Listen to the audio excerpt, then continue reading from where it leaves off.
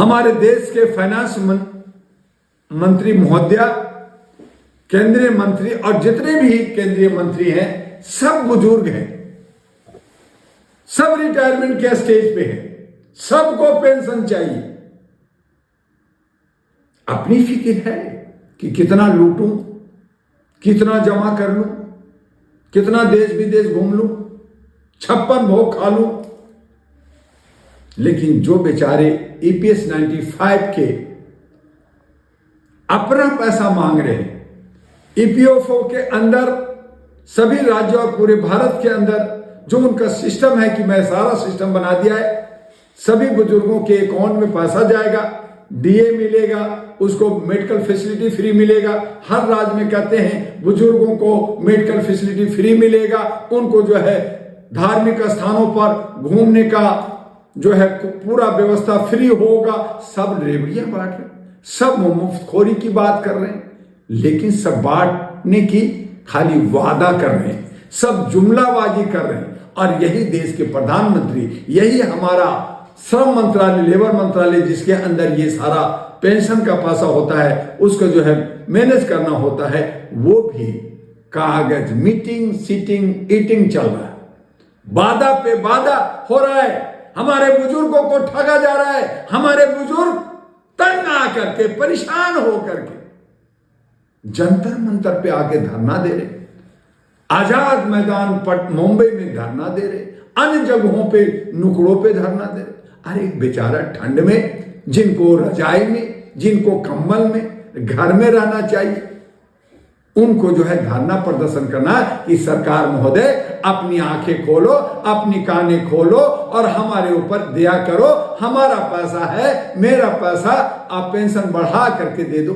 सरकार का हाँ आप बिल्कुल सही करें, हम आपको 7,500 देंगे, फिर कहते हैं 9,000 देंगे, फिर डीए देंगे, फिर सारी फैसिलिटी देंगे। बस देने जा रहे, हम तैयार हैं, बस तैयार हैं।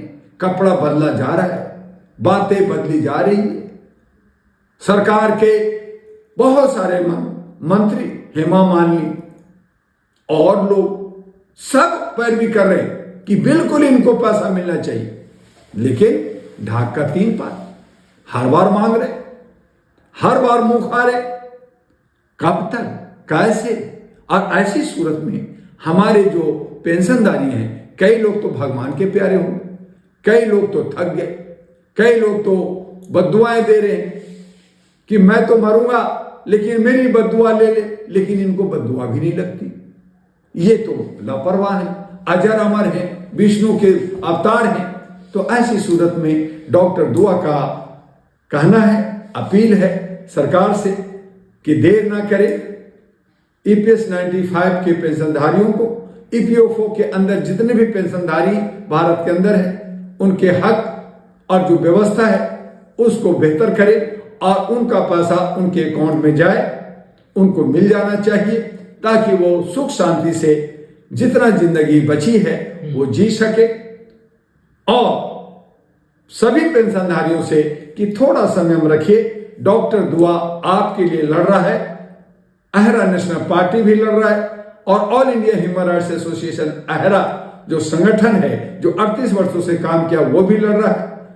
आप चाहें तो हमसे आके मीटिंग कर सकते हैं, आप चाहें तो हमसे आकर के वो सारे कोरेस्पोंडेंस जो मैंने सरकार के साथ किया है देख सकते हैं। हम आपके साथ हैं, आपकी, मेरा नाम दुआ है, लेकिन आपका दुआ हमें चाहिए, आशीर्वाद हमें चाहिए, स्नेह आपका चाहिए, ताकि इन कुकरमुत्तों के साथ, इन बोतलेबाजों के साथ, इन जो वादा खिलाफी करने वाले हैं, उनसे हम और आप दोनों मिलकर के लड़ सकें और नया साल में खुशी खुशी। लेकिन दुआ साहब, आप बोलते थे कि हम पैसे दिलवाएंगे, लेकिन पैसे कैसे दिलवाएंगे? देखिए, हम पैसे दिलवाने वाले कोई नहीं होते, हम लोग आवाज देने वाले होते हैं, हम सरकार से अपील करने वाले होते हैं। हम उनको जो है बार बार जो है नोटिस, हम लोग जो है लेटर भेजते हैं, ज्ञापन भेजते हैं और कहते हैं दिया जाए। तो जिस तरह से हमारे ईपीएस 95 के कमांडर अशोक राउत जी हैं, वो एक लीडर हैं और उनके बहुत सारे लीडर हैं, अलग अलग महाराष्ट्र में, मध्य प्रदेश में, अलग अलग राज्यों के भी कई लीडर हैं। तो उन तमाम लीडर लोग जो प्रयास कर रहे हैं, वो लड़ रहे हैं, आंदोलन कर रहे हैं, धरना कर रहे हैं, प्रदर्शन कर रहे हैं, सरकार से मांग कर रहे हैं, कोर्ट कचहरी का भी चक्कर लगा रहे हैं कि मेरा हक दे दो, मेरा पैसा दे दो।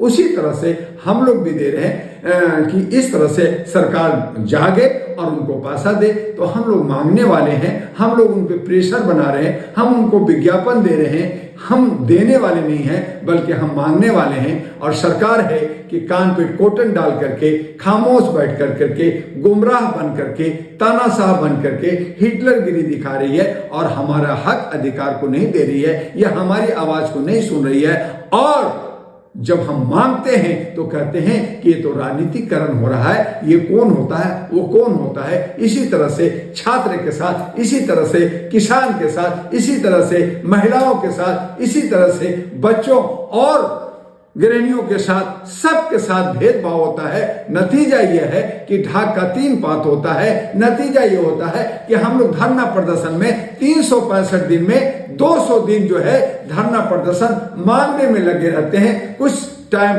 बीमार में रहते हैं, कुछ टाइम कोर्ट कचहरी का चक्कर लगाने में रहते हैं। और इस तरह से 365 दिन हमारा अस्त व्यस्त और भागम भाग में ही जिंदगी जीता है। एक पल हमें सुकून का नहीं मिलता है, एक पल हम लोग जो है शांति से खुशियां मना सकें, उत्सव मना सकें, एक दूसरे से गले मिल सकें, अपने जो है पति पत्नी के साथ दाम्पत्य जीवन सही गुजार सके, ऐसी सूरत नहीं आती है। नतीजा यह है कि हम सब लोग मानसिक गुलाम हो गए, हम पंगु हो गए, कहीं ना कहीं हम बीमार हो गए हैं। और उस सब का जिम्मेदार सरकार है। और सरकार को जाको जोड़ना, यही आंदोलन, यही धरना प्रदर्शन एक ही मात्र विकल्प बनता है। क्योंकि जनता के पास सिर्फ 5 साल में एक बार वोट देना, वो भी चोरी होना, और सरकार मनमानी करते रहती है, मनमर्जी करते रहती है। जनता जाए भाड़ में, जनता जनार्दन एक दिन के लिए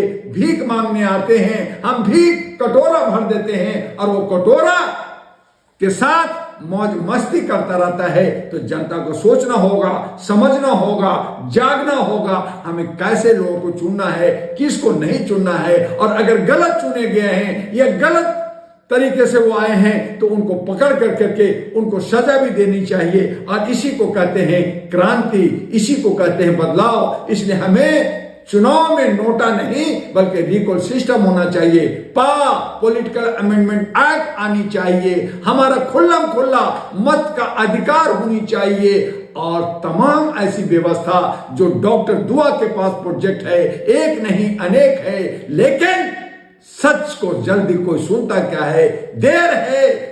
लेकिन डॉक्टर दुआ का प्रोजेक्ट को देखना होगा, सुनना होगा, साथ आना होगा, और तब देखेंगे कि लोकतंत्र और संविधान का जय हो कैसे होता है। आज हम लोग जय भीम कह रहे हैं, लेकिन जय भीम, जय मीम और जय गौतम बुद्ध का नारा भारत में गूंजेगा और हम असामाजिक तत्वों को मुंहतोड़ जवाब देंगे। और ये सब आयरा नेशनल पार्टी एनपी देने के लिए तैयार।